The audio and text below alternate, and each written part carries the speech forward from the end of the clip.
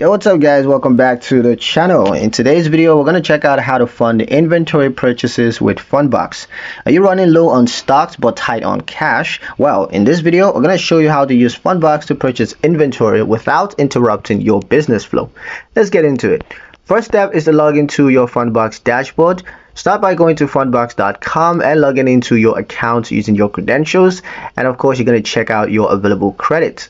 This shows you how much inventory that you can comfortably afford to restock. Step 2 is to estimate your inventory needs. Review sales trends, upcoming demands.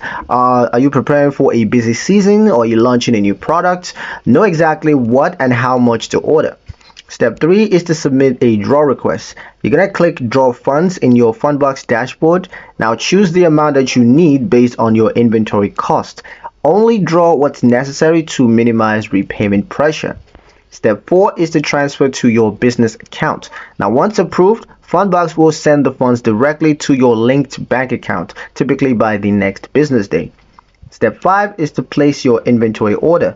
Now go ahead and use the received funds to purchase your inventory. Prioritize fast selling and essential items to keep your cash flow healthy. Fundbox makes it easy to keep your shelves stocked and your sales moving.